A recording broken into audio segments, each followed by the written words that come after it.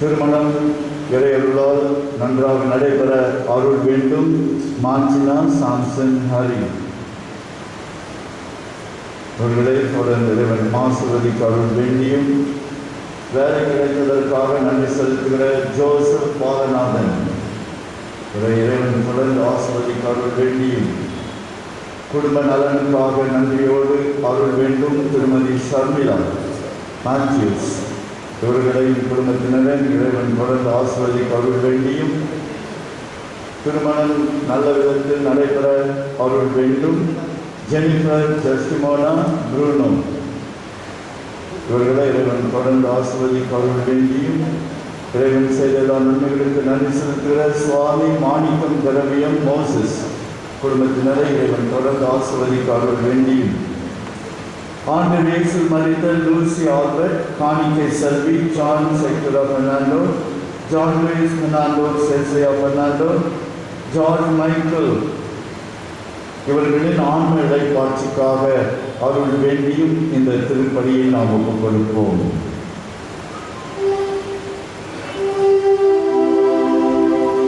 தந்தை மகன் தூய ஆவியாரின் பெயராலே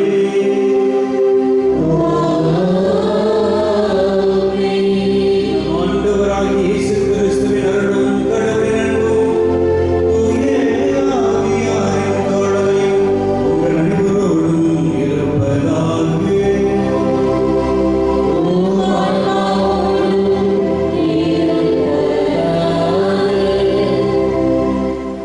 ஆதியிலே முன்னுரை கொண்டு அந்தத்திலே நிலைநிறுத்தப்பட்டு ஈட்டு புறம் தந்து இணையமாய் உயர்ந்து நின்று ஈமையில் வாழ தன்மையில் இருந்த இறைவன் இயேசு கிறிஸ்துவுடைய இந்த கல்வாரி வழியிலே பங்கு கொள்ள வந்திருக்கின்ற உங்கள் ஒவ்வொருவரையும் நான் அன்போடு அழைக்கிறேன். உங்கள் ஒவ்வொருவருக்காக நான் செபிக்கிறேன். நீங்கள் என்னோடு இணைந்து உங்களையும் உங்களுடைய குடும்பத்தையும் ஒப்புக் கொடுத்து இறைவனுடன் கொண்டாடுங்கள். இன்றைய வாசகங்கள் வழியாக நாம் தலைவனுக்குரிய தலையாய பண்புகளை ஏற்று வாழ இந்த உன்னத வாசகம் நமக்கு அழைப்பு விடுக்கின்றன. இந்த சிந்தனையிலே பல வேளைகளில் குடும்ப தலைவராய் தலைவியால் வாழ தவறி தருணங்கள் நினைத்து பார்த்து மனவருந்துவோம். பெரிய பிரசனத்தில் நாம் வாழ தவறிய தருணங்கள் நினைத்து மனவருந்தி இறைவனின் அருளையும் மன்னிப்பையும் நாடுவோம்.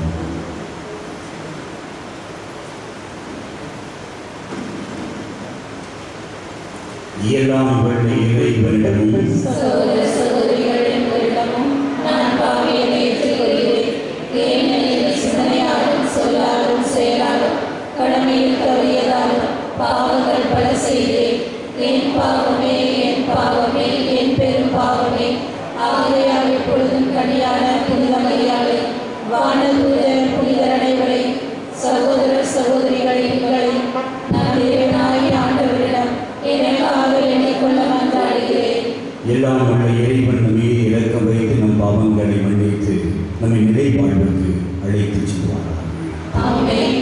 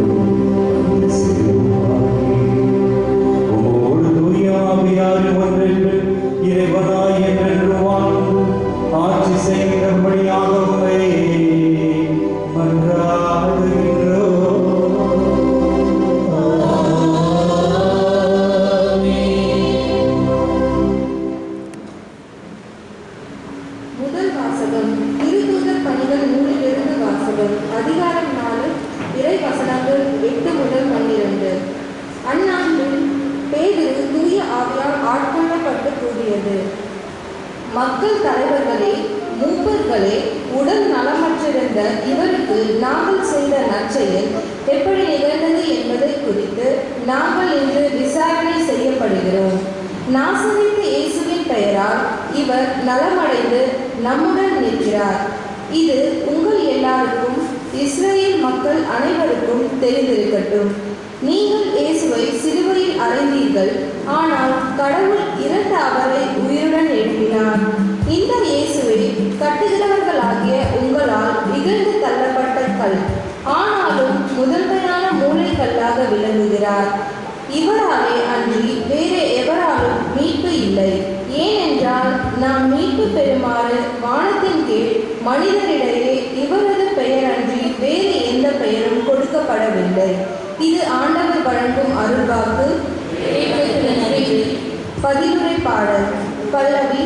கட்டுவோர் புறக்கணித்த கல்லே கட்டடத்தின் மூளைக்கல் ஆயிற்று.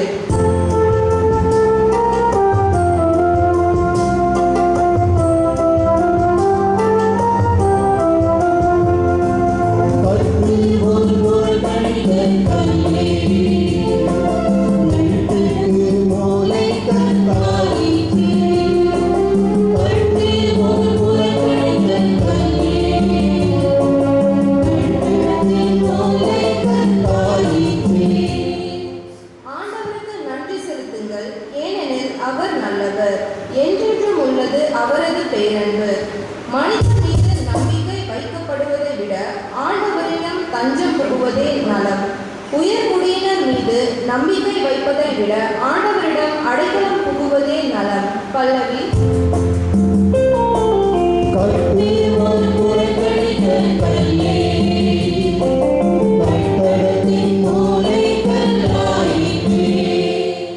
என் மன்றாட்டை நீர் கேட்டதால், எனக்கு நீர் வெற்றி அளித்ததால் உமக்கு நான் நன்றி செலுத்துகின்றேன்.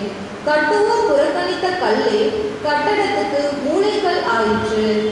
ஆண்டவரால் இது நிகழ்ந்துள்ளது, நம் கண்களுக்கு இது வியப்பாயிற்று. பல்லவி.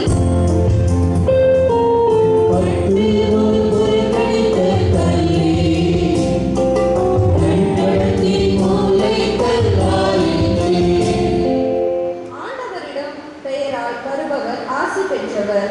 அவரது இல்லத்தினின்று உங்களுக்கு ஆசி கூறுகின்றோம். என் இறைவன் நீரே, உமக்கு நான் நன்றி செலுத்துகின்றேன். என் கடவுளே, உம்மை புகழ்ந்தேத்துகின்றேன். ஆண்டவருக்கு நன்றி செலுத்துங்கள், ஏனெனில் அவர் நல்லவர், என்றென்றும் உள்ளது அவரது பேரன்பு. பல்லவி.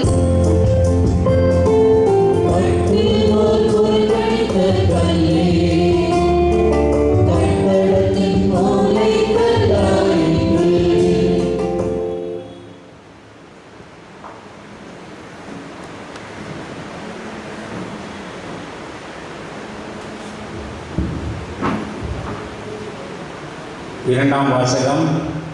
கடவுள் இருப்பது போல் அவரை காண்போம். திருத்தூதர் யோவான் எழுதிய முதல் திருமுகத்திலிருந்து வாசகம். அதிகாரம் 3, வசனங்கள் 1 மற்றும் 7. அன்பிற்குரியவர்களே, நம் தந்தை நம்மிடம் எத்தனை அன்பு கொண்டுள்ளார் என்று பாருங்கள். நாம் கடவுளின் மக்கள் என அழைக்கப்படுகின்றோம். கடவுளின் மக்களாகவே இருக்கிறோம். உலகம் அவரை அறிந்து கொள்ளாததால் தான் நம்மையும் அறிந்து கொள்ளவில்லை. என் அன்பார்ந்தவர்களே, இப்போது நாம் கடவுளின் பிள்ளைகளாய் இருக்கிறோம். இனி எத்தன்மையாய் இருப்போம் என்பது இன்னும் வெளிப்படவில்லை. ஆனால் அவர் தோன்றும்போது நாமும் அவரை போல் இருப்போம்.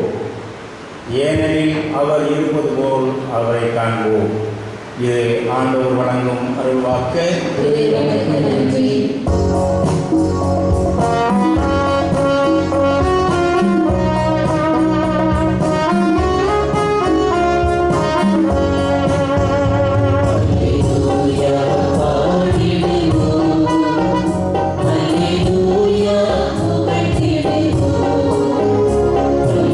Hallelujah.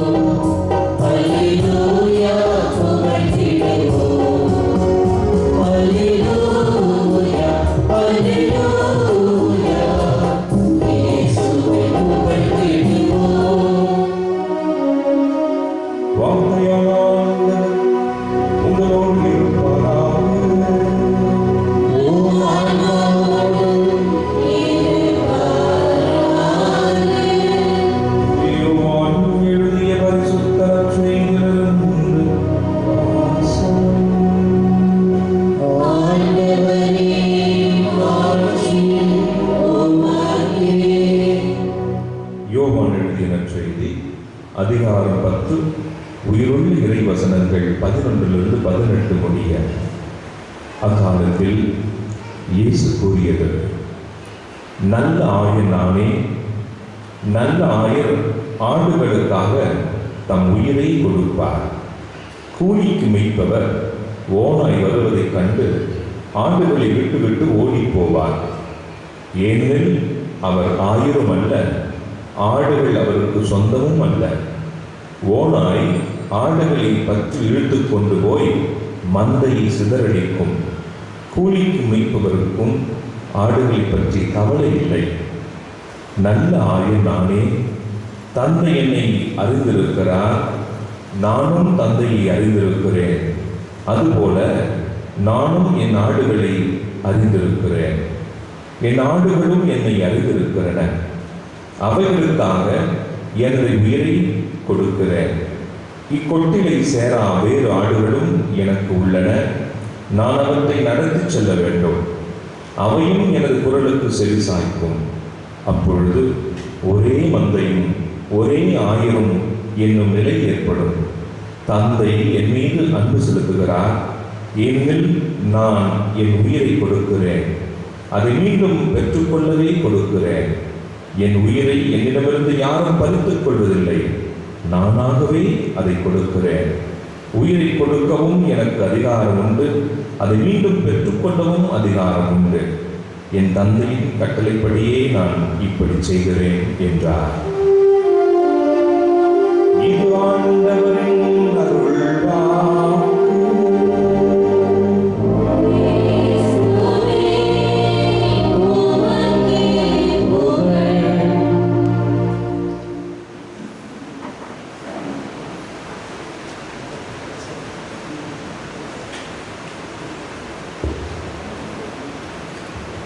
இயேசுவின் பிரியமான என் அன்பு மக்களே, தலைவர்களிலே சிறந்த தலைவராக நாம் அவ்வப்போது பேச கேள்விப்பட்டிருக்கிறோம் காமராஜர். இந்த தலைவர் ஒரு உன்னத தலைவர் என்றும், இவர் இறந்த பொழுது இவர் பையில இறந்தது 100 ரூபாய் என்றும், வங்கியிலே 125 என்றும், 4 கதர் சட்டை, துண்டு, ஒரு செருப்பு என்றும், ஒரு ஜோடி செருப்பு என்றும் சொல்லுவார்கள். இவர் மக்களுக்காக, மக்கள் ஒருவராக வாழ்ந்தார் என்றும், தன்னுடைய மக்களுடைய துன்பங்களை தன் துன்பமாக ஏற்று வாழ்ந்தார் என்றும் அவ்வப்போது நாம் பேச கேள்விப்பட்டிருக்கிறோம். ஆனால் இது போன்ற தலைவர்களை இந்த கால சூழலிலே தேர்தலை சந்தித்த நாம் தேடி பார்த்தோம் என்றால் வெறுமனே ஒரு சில நேரங்களிலே சிரிப்பாகத்தான் நமக்கு இருக்கும். இந்த காலச்சூழலை தலைவருக்குரிய தனித்துவத்தை உணர்ந்து வாழ இன்றைய வாசகங்கள் நமக்கு அழைப்பு விடுக்கின்றன. இந்த தலைவனின் தலையாகிய பண்பை நாம் உணர்ந்து அதன் மேன்மையிலே இறைவனோடு இணைந்து இறையோடு நமக்கு ஒரு உன்னத அழைப்பு இன்றைய வாசகங்களின் வழியாகும். இயேசுவின் பிரியமானவர்களே, இந்த நல்ல ஆயன் ஓமையை பற்றி நாம் சிந்திக்கின்ற பொழுது சற்று பழைய ஏற்பாட்டை நாம் சிந்தித்து பார்க்க உங்களுக்கு அழைப்பு விடுகிறேன். இந்த பழைய ஏற்பாட்டு காலத்தில் இந்த இஸ்ராயல் மக்களுக்கும் இறைவனுக்கும் உள்ள தொடர்பு ஆயன் மந்தை தொடர்பாக இருந்தது, இந்த உறவாக இருந்ததை எசேயா புத்தகம் 40 நாம் வாசிக்கலாம். எசேக்கியேல் 23 வாசிக்கலாம்.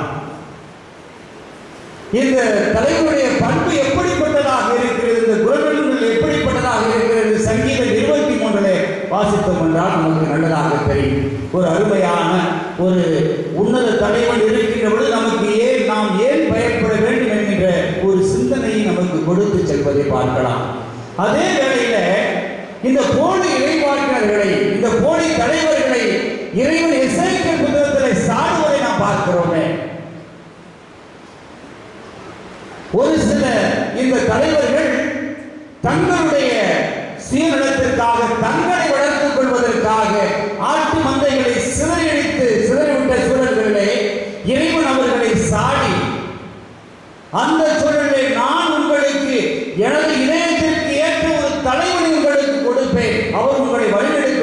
சொல்லுவதும், அதே வேளையில அந்த தலைவன் இறைவன் இயேசு கிறிஸ்து இவர் தன்னுடைய பாடுகளின் வழியாக உங்களை மீட்பார், உங்களுக்காக உயிரை கொடுப்பார் என்பதும் அங்கே சித்தரிக்கப்படுவதை நாம் பார்க்கிறோம். இந்த தலைவன் ஆயன் என்று சிந்திக்கின்ற பொழுது 2 பண்புகளை மட்டும் நான் உங்களுக்கு கூறிக்கொள்ள ஆசைப்படுகிறேன். அதற்கு முன்னதாக நகைச்சுவையாக சொல்லுவார்கள், உங்கள் பங்குசாமி எங்கேயாவது அடிக்கடி வெளியில் போயிடுவாரா? அவர் எங்கே போகிறாரு சார்? இங்கே இருப்பார், அப்படிதானே? இப்படி தான் என்ன பண்ணியிருக்காரு, ஒரு பங்கில் ஒரு சின்ன சாமியார், புது சாமியார் அசிஸ்டண்ட் ஆகிட்டு பங்கு சாமியார் ஆனோன்னா அவர் என்ன பண்ணுவாராம், சண்டே பூசை, ஞாயிற்றுக்கிழமை பூசை வைப்பாராம். பூசை வச்சு முடிஞ்ச உடனே பைக் எடுத்துக்கிட்டு அப்படியே பறந்துடுவார். அடுத்த ஞாயிற்றுக்கிழமை தான் வருவார். அப்படி வருகின்ற பொழுது இது மாதிரி தொடர்ந்து நடந்துகிட்டு இருந்தது. ஒரு முறை அவர் அதே போல பூசை பிடிச்சிட்டு பைக் எடுத்துகிட்டு வேகமாக போகும்போது ஒரு பெரிய பள்ளத்தில் விழுந்துட்டார். அந்த வழியாக மக்கள் தான் போயிருக்காங்க.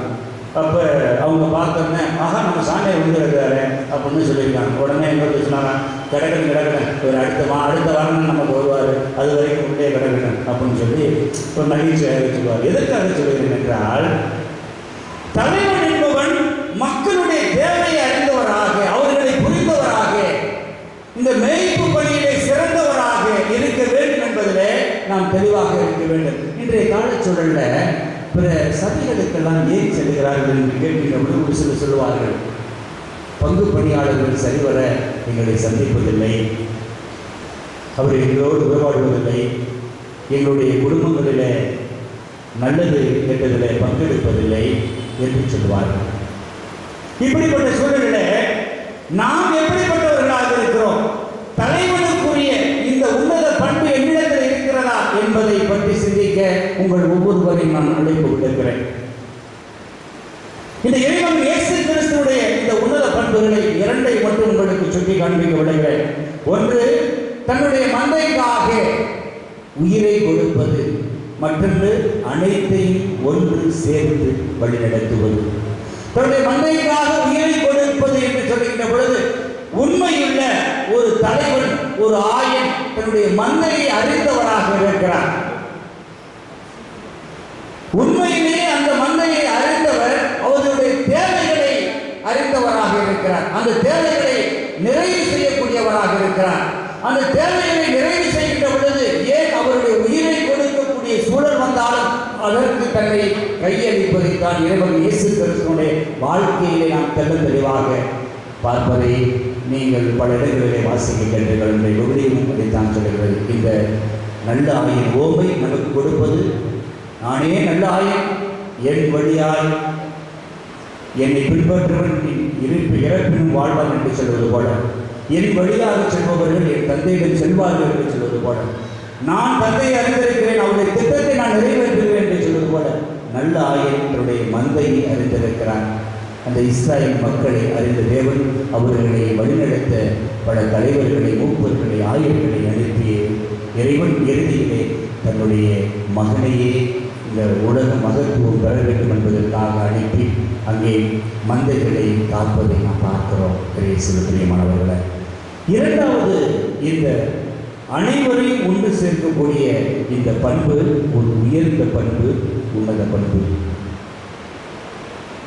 டக்ளஸ் என்கின்ற ஒரு பெரிய மகானை அவர்கள் ஒருவர் சந்தித்து தலைவனுக்குரிய சிறந்த பண்பு என்ன என்று கேட்ட பொழுது, தன்னலமற்ற பண்பு என்று சொன்னார். தன்னலமற்றது என்று சொன்னார். இது ஒரு உன்னத பண்பு. இந்த பண்பை இறைவன் இயேசு கிறிஸ்துவுடன் நாம் கண்டோம். தன்னலமற்றவராக ஏழையின் துன்பத்தை தன் துன்பத்தை உணர்ந்தவராக நாம் பார்த்திருக்கிறோம். அப்படி வாசிக்க கேட்டிருக்கிறோம். அவருடைய புதுமை எல்லாம் இதன் அடிப்படையில் தான் இருந்திருக்கிறது. அவர்கள் பட்ட துன்பத்தை தன் துன்பமாக அவர்கள் ஏற்றதால், உணர்ந்ததால் அங்கே புதுமைகள் நிகழ்த்தியை நாம் பார்த்திருக்கிறோம். ஆகவே இந்த உன்னத பண்பு என்னிடத்தில் இருக்கிறதா என்று சிந்தித்து பாருங்கள். அனைவரையும் சேர்த்து அரவணைக்கின்ற பண்பு என்று சொல்லுகின்ற பொழுது, இந்த யூதர்களை விட்டு புறம்பே வாழ்ந்தவர்கள்,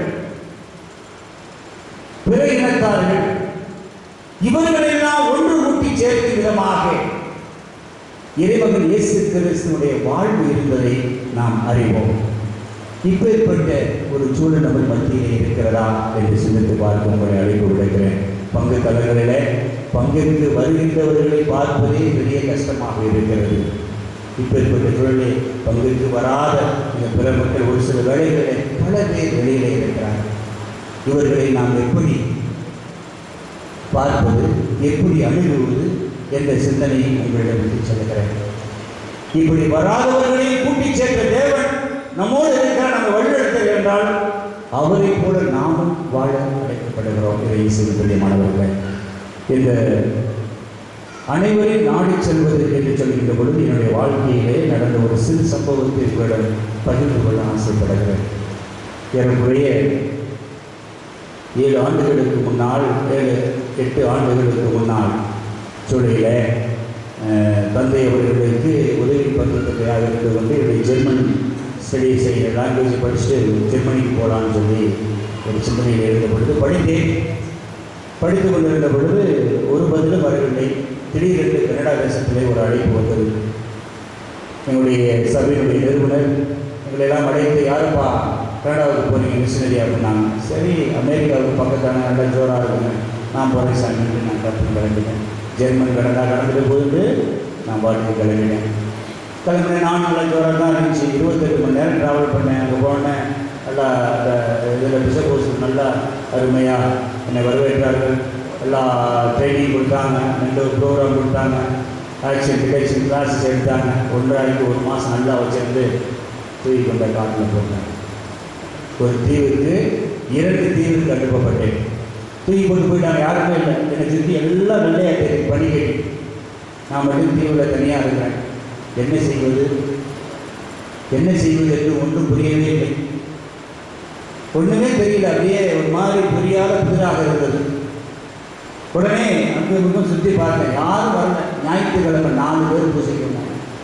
அதையும் நான் தான் போய் கூப்பிட்டு வரணும். ஆமாம், அங்கே ஒரு சிஸ்டர் இருக்குது, நம்ம தான் சாமியார் காரில் போய் கூப்பிட்டு வரணும். ஒரு வினோதமான என்னுடைய வாழ்வு. அப்படி 4 பேர் வந்தாங்க. இங்கே சூழலிருந்து போகும்போது கடை 2000 பேர் 3000 பேரை பார்ப்பேன் ஞாயிற்றுக்கிழமை பூசையில். என்னடா வாழ்க்கை, இதுக்காக நம்ம அழைக்கப்பட்டோம், என்ன இது அப்படின்னு ஒரே ஒரு போராட்டத்தில் இருக்கின்ற பொழுது ஒன்றுமே புரியல. ஏன்னா ட்ரைபல்ஸ், ரெட் இண்டியன்ஸ் என்று சொல்வார்கள். ஒரு பயங்கரமான காடு, ஏரிக்கு அந்த கரைகளில் அவர்கள் வீடு அமைந்திருக்கு. 10 கிலோமீட்டருக்குள்ள நம்ம கார் ஓட்டிக்கலாம், அவ்வளோதான். ஃப்ளைட்டில், குட்டி ஃப்ளைட்டில் வரணும், குட்டி ஃப்ளைட்டில் போகணும். 1 மாதம் ஒரு தீவில் இருப்பேன், கூட்டிகிட்டு அடுத்த தீவுக்கு போயிடுவேன். அவங்க இப்படி இருக்கும்போது அவருடைய 2 தொழில் என்ன, வேட்டைக்கு போகிறது, மீன் பிடிக்கிறது. என்ன செய்யறதுன்னு புரியல. யாருமே பேச மாட்டாங்க. அந்நியை பார்ப்பது போல் பார்த்தார்கள்.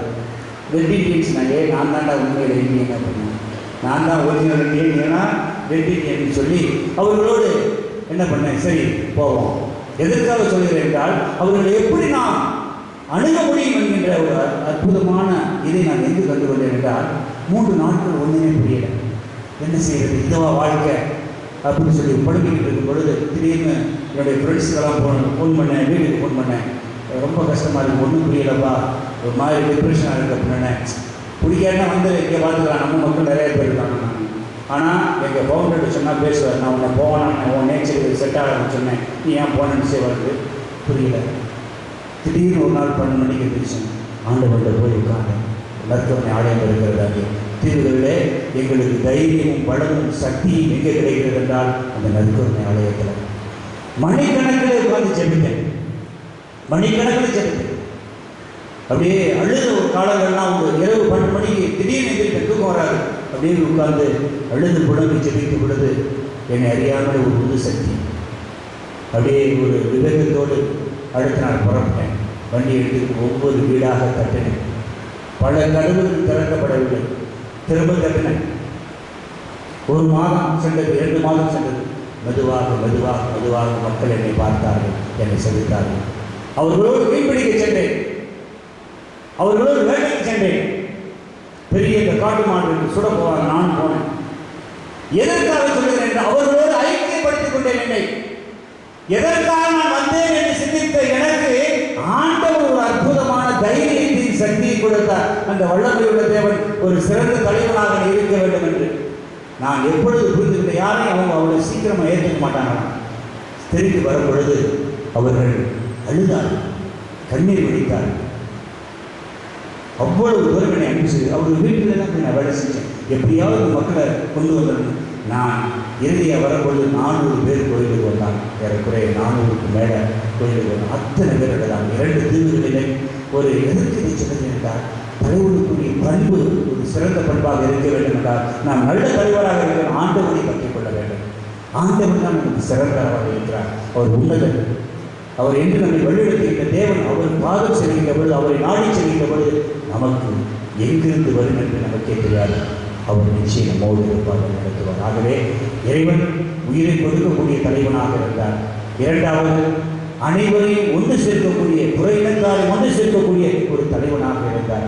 அதே போல நாம் இருக்கிறோம். அந்த காலத்தில் நம்முடைய குடும்பத்தில் நமக்குரிய பண்புகளை நல்ல தலைவராக இருக்கிறோமா, தலைவியாக இருக்கிறோமா? ஒரு சில வேலைகளில் இந்த பண்புகளில் நாம் விலகி செல்கிறோமே, அதெல்லாம் நினைத்து பார்ப்போம். ஒரு நிமிடம் இந்த நல்லாயினின் இந்த ஞாயிறு, இந்த உன்னத ஓமை நமக்கு அழைப்பு கொடுப்பது, தலைவருக்குரிய சிறந்த பண்புகளை ஏற்று நாமும் அவரை போல வாழ அவரை அணிய செல்வோம். பிதா சுதன் பரிசுத்த ஆவியானவராலே ஆமென்.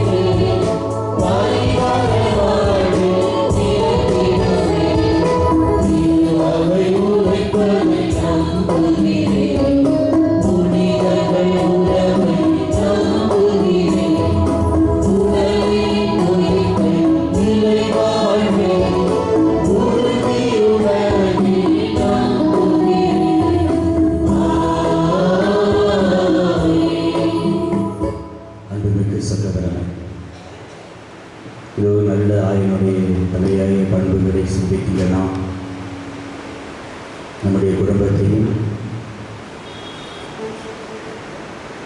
நம்முடைய உற்றார் உறவினர்களை நினைத்து பார்ப்போம்.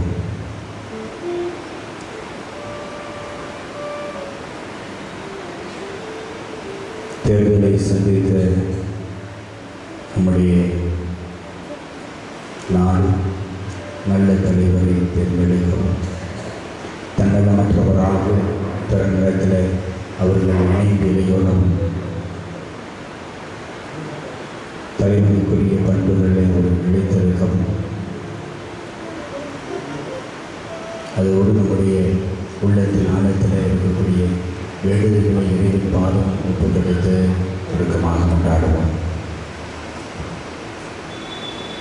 அன்பு இறைவா, இயேசு கிறிஸ்துவால் அன்றி வேறு எவராலும் மீட்பு இல்லை என்பதை உணர்ந்து அவர் காட்டும் வழியில் நடந்து இறையரசை உலகில் கட்டியெழுப்ப வேண்டிய செயல்களை செய்ய வரமருள வேண்டும் என்று இறைவா உம்மை மன்றாடுகின்றோம். ஆண்டவரே, எங்கள் மன்றாட்டை கேட்டருளும். நல்ல ஆயனையும் இறைவா, எம் திருச்சபையை வழிநடத்தும் எம் திருத்தந்தை, ஆயர்கள், அருள்பணியாளர்கள், துருவத்தார் அனைவரையும் உமது பாதம் அர்ப்பணிக்கின்றோம். நீர் அவர்களை ஆசீர்வதித்து உமது ஆவியை அவர்கள் மீது ஊற்றி அவர்களிடம் ஒப்படைக்கப்பட்ட மந்தையை பேணி வளர்க்க வரமருள வேண்டும் என்று இறைவா உம்மை மன்றாடுகிறோம். ஆண்டவரே, எங்கள் மன்றாட்டை கேட்டருளும். நம் தந்தை நம் மீது அன்பு கொண்டுள்ளது போல நாமும் மற்றவர் மீது அன்பு கொண்டு வாழ வரமருள வேண்டும் என்று இறைவா உம்மை மன்றாடுகிறோம். ஆண்டவரே, எங்கள் மன்றாட்டை கேட்டருளும். நம்முடைய தனிப்பட்ட தேவைகளுக்காக மௌனமாக கொண்டாடுவோம். நம்முடைய குடும்பத்தில் அன்பு சுமான மகிழ்ச்சி என்று நிலைத்திருக்கும். குறிப்பாக இந்த கோவிட் பேண்டமிக் இந்த தருணத்தில் இறைவன் நம்மோடு இணைந்து இந்த கொடிய நோயிலிருந்து நம்மை எல்லாம் காக்கவும் உருக்கமாக கொண்டாடுவோம்.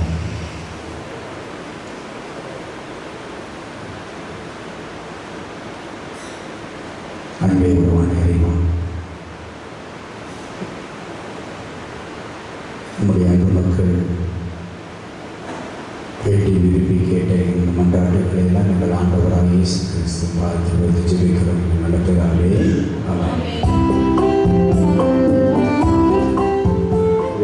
அன்பானவர்களே, இப்பொழுது நீங்கள் அளிக்கின்ற காணிக்கை சில பேருக்கு கவர்ஸ் கிடைச்சிருக்கும். வெள்ள கவர் இல்லைன்னா பரவாயில்ல.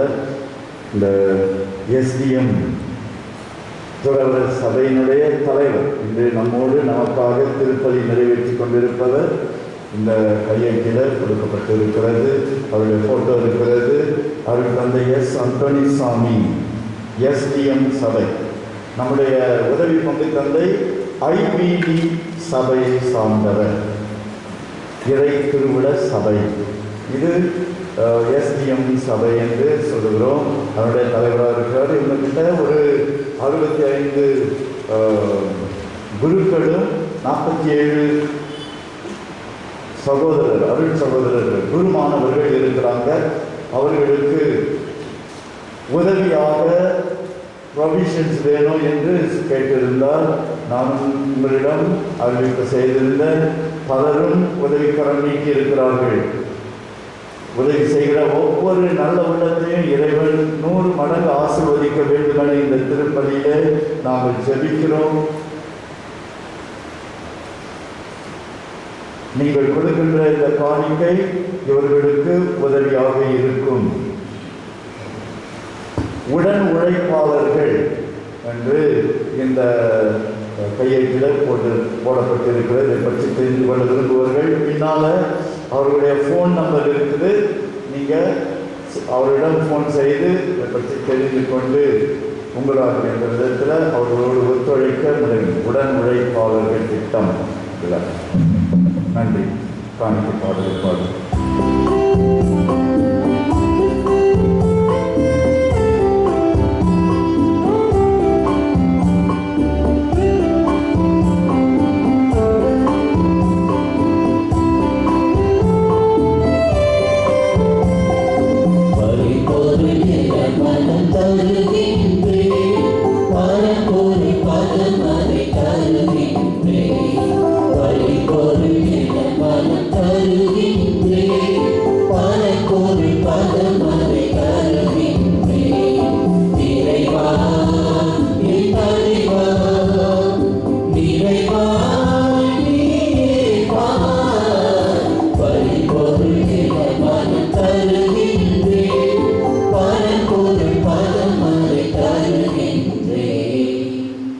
சகோதர சகோதரிகளை நாம் ஒப்புக்கொடுக்கும் பெருமையெல்லாம் உள்ளதாகி இறைவனுக்கு எதிராக பிடிச்சவர்கள் ஆண்டவர் தமது பெயரின் புகழ்ச்சிக்காகவும் ஆட்சிக்காகவும் நமது நன்மைக்காகவும் புதிய திருவிழாவை அனைத்து நலன்களுக்காகவும் உமது கையில் நின்று பலியேற்றுக் கொள்வாராக. ஆண்டவரே, பாஸ்கா மறை நிகழ்வுகள் வழியாக எங்களை என்று மக்களுக்கு செய்த உண்மை வேண்டுகிறோம். அதனால் நாங்கள் தொடர்ந்து புரியும் பரிகார செயல் எங்களுக்கு முடிவுள்ள பேரின்பத்தின் காரணமாக அமைவதாக எங்கள் ஆண்டவராய் கிறிஸ்து வழியாக உண்மை மன்றாடுகின்றோம்.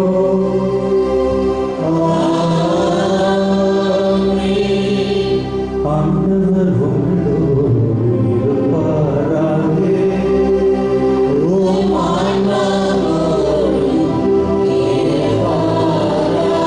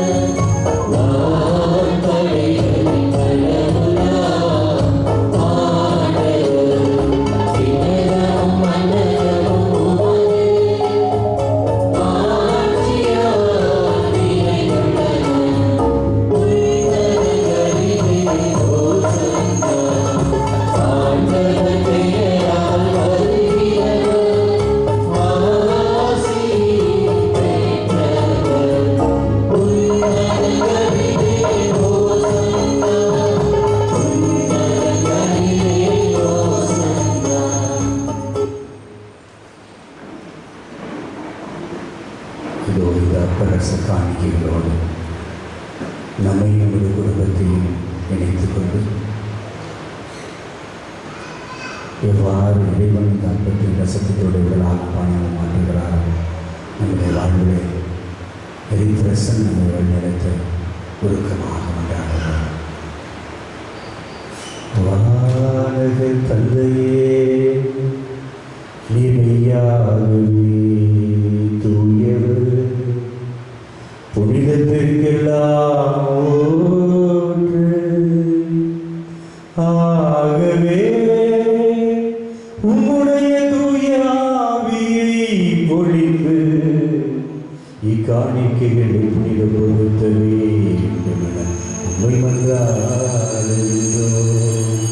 இவ்வாறு எங்கள் ஆண்டவர் இயேசு கிறிஸ்துவின் திருவுடலும் திருரத்தமுமாக எங்களுக்கு இவை மாறுவனவாக நாங்கள் அறிகின்றோம். அவர் பாடுவதும் உளம் கணிந்த தம்மை கையளித்த போது அப்பத்தை எடுத்து நன்றி செலுத்தி அதை விட்டு தம் சீடர்களுக்கு அளித்து அவர் கூறியதாவது, அனைவரும் இதிலிருந்து பெற்று உண்ணுங்கள், ஏனெனில் இது உங்களுக்காக கையளிக்கப்படும் என் உடல்.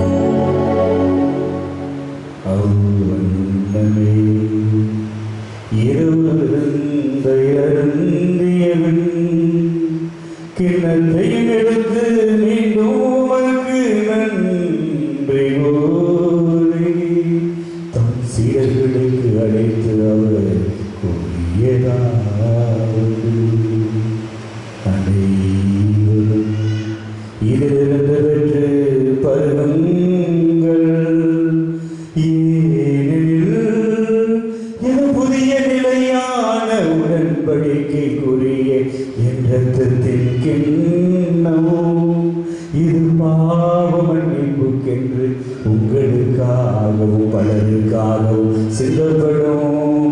இதை என் நினைவாக செய்யுங்கள்.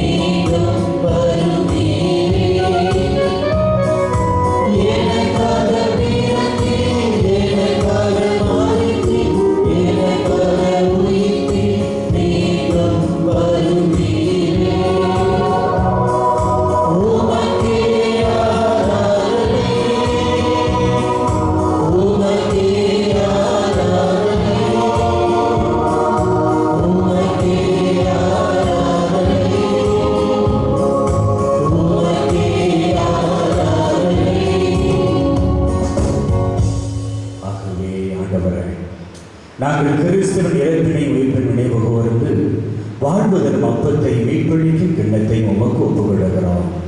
உம் திருமணன்று உமக்கு ஊழியம் புரிய தகுந்தவர்கள் எங்களை ஏற்றுக்கொண்டே, எனவே உமக்கு நன்றி செலுத்துகிறோம். மேலும் கிறிஸ்துவின் உடலின் இரத்தத்திலும் பங்கு கொள்ளுகின்றன தூய ஆவியார் வந்து சேர்க்க வேண்டும் உமை தாழ்மையோடு கொண்டாடுகிறோம்.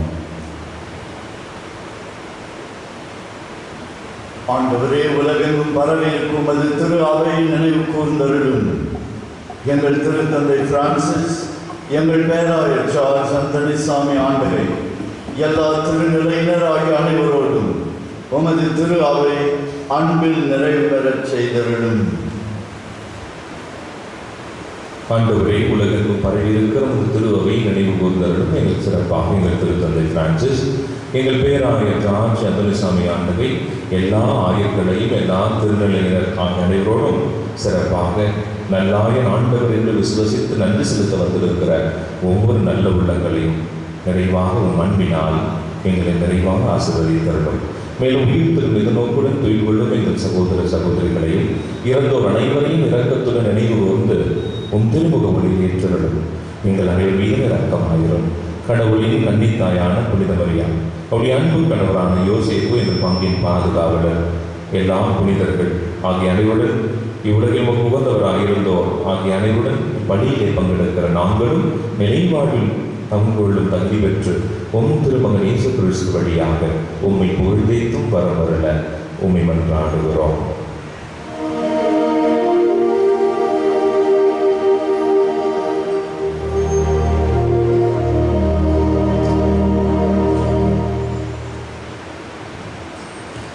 இவர் வழியாக இவரோடு இவரில் எல்லாம் இறைவனாகிய தந்தையே,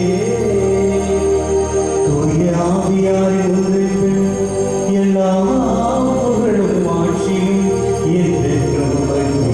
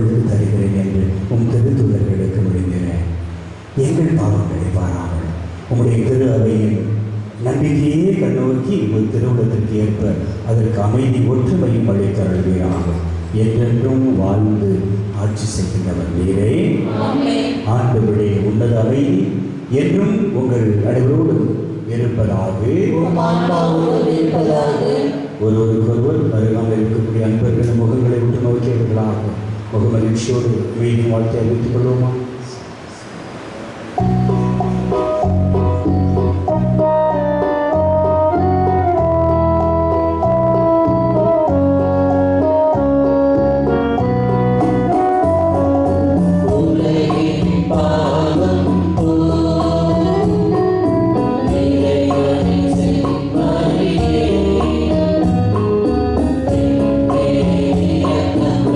you.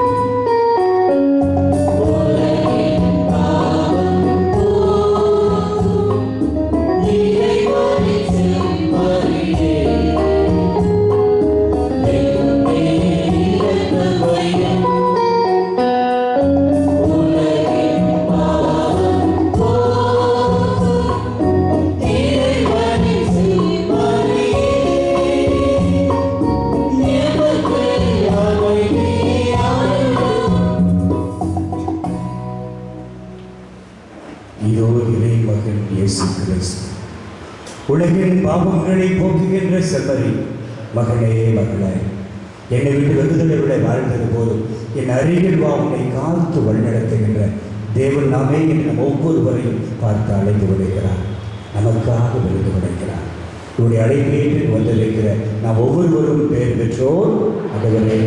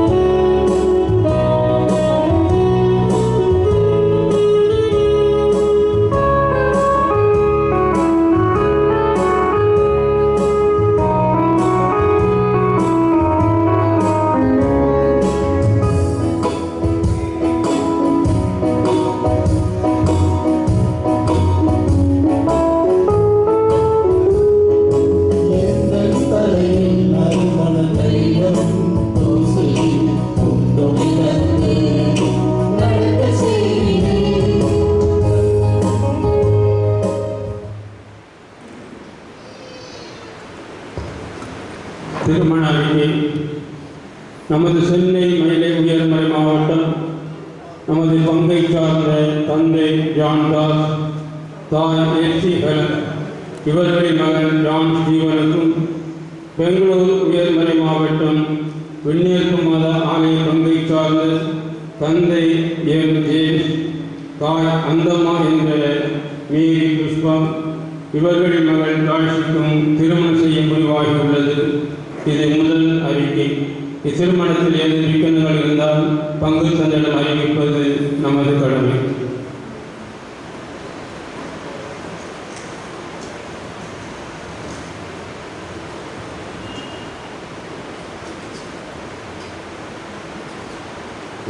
அன்பார்ந்தவர்களே, பாஸ்கா காலத்தின் 4வது வாரத்திற்குள் நுழைகிறோம். வழக்கமாக ஞாயிறு திருப்பலி நடைபெறும். ஆனால் இந்த ஃபுல் லாக்டவுன் இருக்கிறதுனால ஞாயிற்றுக்கிழமை திருப்பலியை சனிக்கிழமை சாயந்தர திருப்பலியில் நாம் ஒப்புக் கொடுக்கிறோம். ஆகவே இதை பங்கு மக்கள் கவனத்தில் வைத்து பேராயருடைய வழிகாட்டுதலின்படி தான் இது நடைபெறுகிறது. ஒரு சில ஆண்டுகளுக்கு முன்பாக இந்த வழக்கம் இருந்தது. ஞாயிறு திருப்பலியை சனிக்கிழமையை கூட நாம் கொண்டாடுவது. அதை தொடர்ந்து ஞாயிற்றுக்கிழமையிலும் எல்லோரும் திருப்பலிக்கு வரணும் அப்படின்னு இருந்தது. அதுக்கப்புறம் அப்படியே மறைந்து போனது. பொழுது காலத்தின் கட்டாயம் சனிக்கிழமை இந்த திருப்பலி ஞாயிறு திருப்பலியை நாம் கொண்டாடுகிறோம். வருகிற வெள்ளிக்கிழமை 30ஆம் தேதி புது நன்மை வாங்குகின்ற குழந்தைகளின் பெற்றோர் ஞான பெற்றோர் கூட ஒவ்வொரு அருள் சாதனத்துக்கு வர வேண்டும் என்று அன்புடன் அழைக்கிறோம். காலை 9:30 மணிக்கு வருகிற வெள்ளிக்கிழமை காலை 9:30 மணிக்கு புது நன்மை வாங்குகிற பிள்ளைகள் அவருடைய பெற்றோர்கள் ஞான பெற்றோர்கள் கூட இந்த ஒவ்வொரு அருள் சாதனத்தில் பங்கேற்க வேண்டுமென அன்புடன் கேட்டுக்கொள்கிறோம். வருகிற மே மாதம் 1 தேதி நம் பங்கின் பாதுகாவலர் புனித சூசேப்பருடைய பெருவிழா அன்று தீர்மானித்தபடி புது நன்மை வழங்கும் சிறப்பு திருப்பலி காலை 7 மணிக்கு நடைபெறும். அவை புது நன்மை திருச்சடங்கு நடைபெறும். அந்த சிறப்பு திருப்பலி ஒப்புக் கொடுக்கப்படும். காலை 7 மணிக்கு புது நன்மை வாங்குகின்ற பிள்ளைகள் 6:30 மணிக்கெல்லாம் பங்கு ஆலயத்தில் ஒன்று கூடுமாறு அன்புடன் கேட்டுக்கொள்கிறோம். வழக்கம் போல வார நாட்களில் காலை 6 மணிக்கும் புதன்கிழமை சனிக்கிழமை இரு நாட்களிலே மாலை 6:30 மணிக்கும் திருப்பலி நடைபெறும். இது எப்பொழுதும் தொடர்ந்து நடைபெற்று கொண்டு வருகிற நிகழ்வுகள் தான் இது.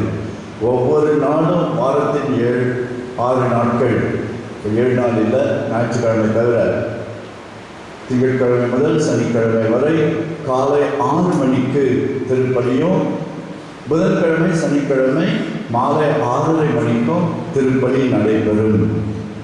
சனிக்கிழமை மாலை திருப்பலி ஞாயிறு திருப்பலியாக இருக்கும். சென்ற வாரம் ஞாயிறு திருப்பலி காணிக்கை ரூபாய் 19,150. அன்பார்ந்தவர்களே, இன்று நம்மோடு நமக்காக திருப்பலி ஒப்புக் கொடுத்த எஸ்டிஎம் சபையினுடைய தலைவர் அருட்தந்தை அந்தோனி சாமி அவர்களுக்கு உங்கள் அனைவருடைய சார்பாக நெஞ்சார்ந்த நன்றி. நாம் ஒரு கரவொலி கொடுத்து பார்ப்போம். இந்த பக்தியாக அழகாக பாடி இந்த திருப்பலியை நிறைவேற்றியிருக்கிறார். அவருடைய சபைக்காக உதவி செய்ய இது ஒரு நல்ல பண்பு. முக்கியமாக இத்தனை குருமானவர்களுக்கு இந்த லாக்டவுன் பீரியடில் சாப்பாடு போடுவது கஷ்டம்தான். ஆகவே நிறைய பேர் உதவி செய்திருக்கிறீர்கள். உதவி செய்த நல்ல உள்ளங்கள் அனைவருக்கும் நெஞ்சார்ந்த நன்றியை நாம் தெரிவித்துக் கொள்கிறோம். ஏற்கனவே நான் சொன்னது போல ஆலயத்திற்கு வரும் பொழுது இந்த முகக்கவசம் அணிந்து கொண்டு வாருங்கள். சானிடைசர் பயன்படுத்துங்க. கிருமி நாசினி கை துடைப்பதற்கு 10 வயதுக்கு உட்பட்ட குழந்தைகளும் 60 வயதுக்கு மேற்பட்ட பெரியவர்களும் தாங்களே ஆலயத்துக்கு வருவதை தவிர்ப்பது நல்லது. காய்ச்சல் இருமல் இருப்பவர்கள் இல்லங்களிலேயே தனிமைப்படுத்திக் கொள்ள அன்புடன் கேட்டுக்கொள்கிறோம். நன்றி.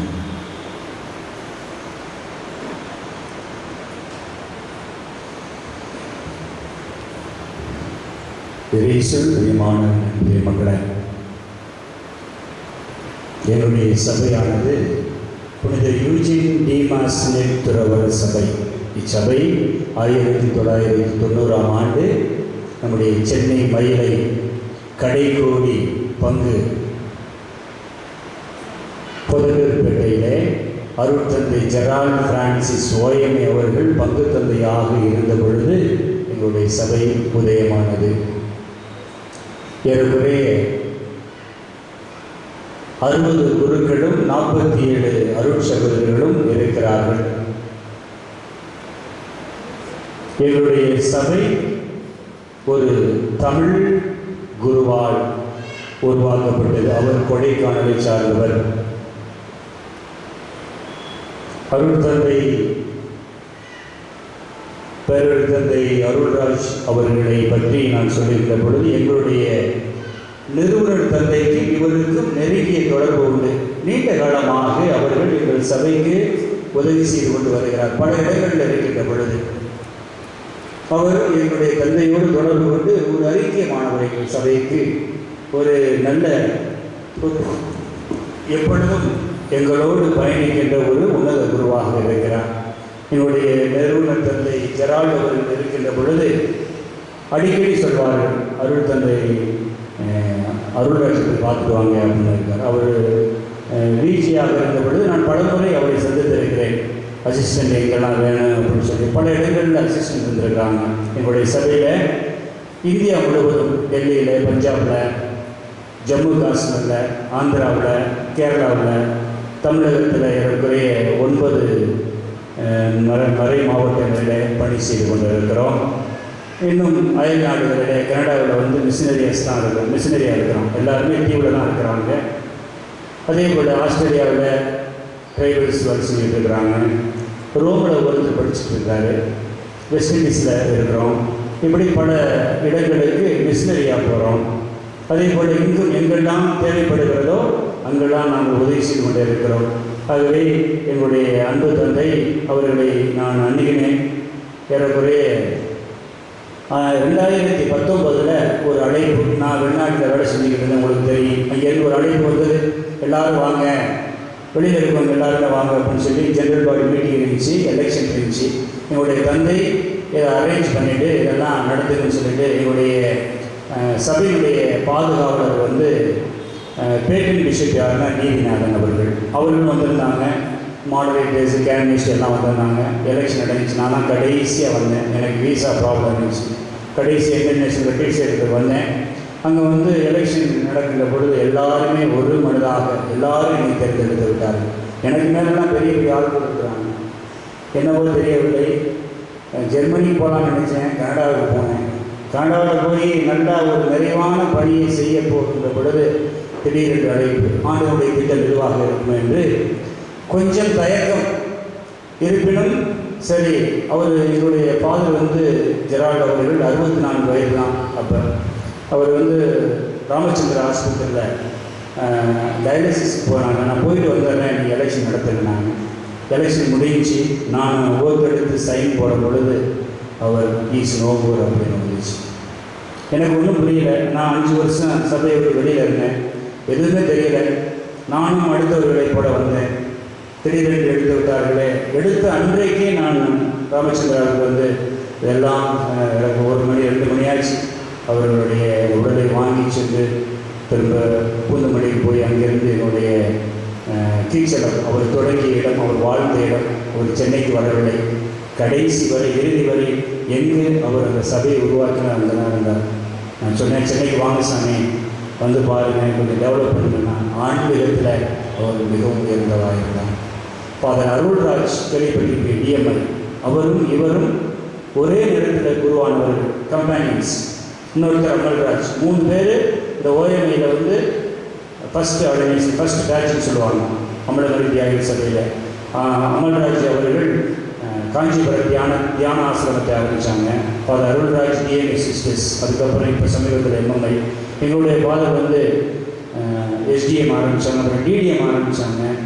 எங்களுடைய அருள் தந்தையை ஒப்புக்கொள்ளவில்லை. முதல்ல நம்ம வளர்வோம். ஏன்னா அவர் ஆன்மீகத்தில் எப்போதும் கடவுளையே நம்பி வாழ்ந்தார்.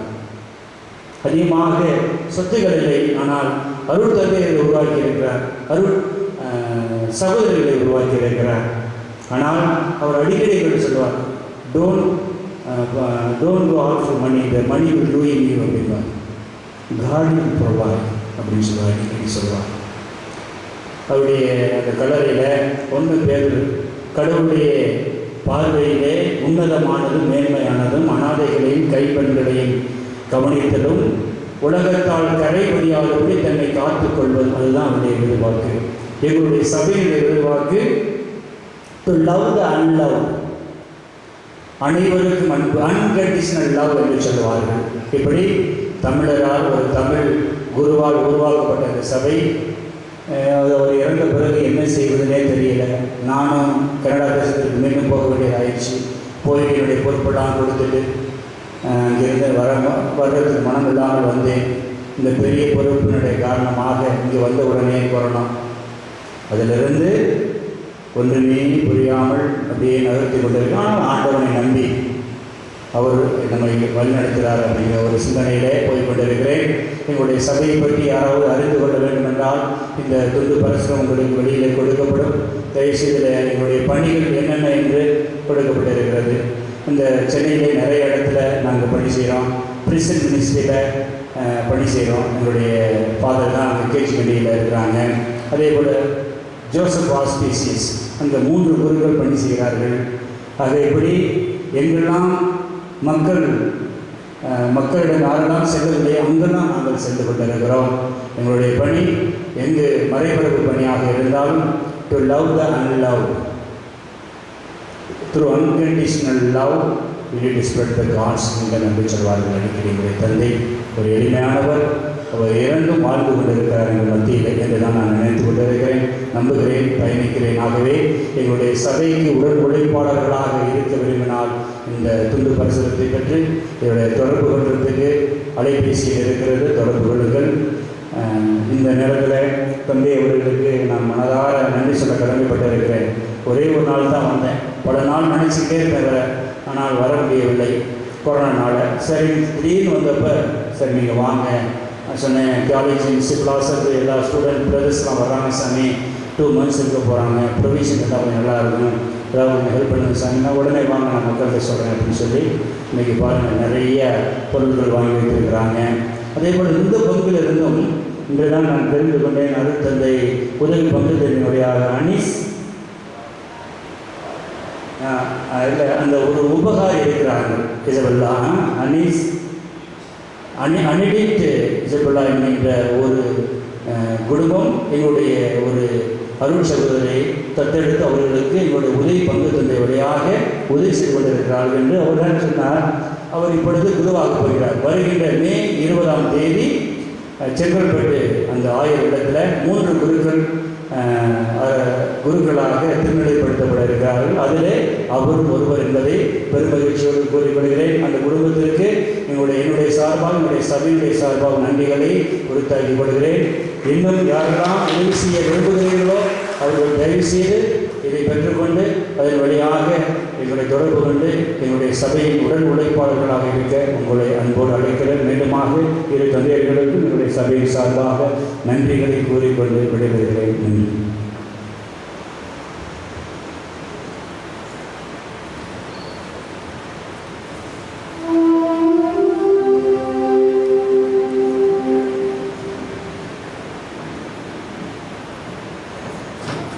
நன்றியோடு அன்றாடுவாக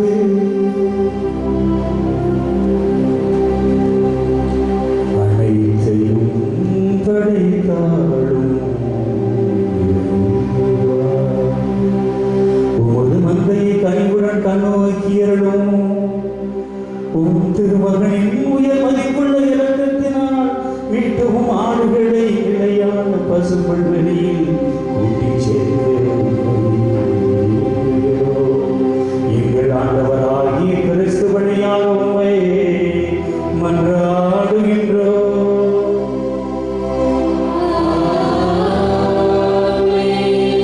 ஆண்டவர் உங்களோடு இருப்பாராக.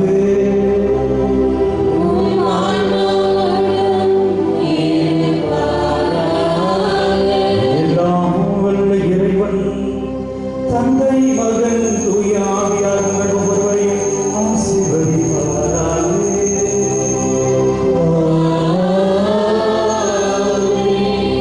சென்று வாழுங்கள், வாழ்க்கை வழி தொடரட்டும்.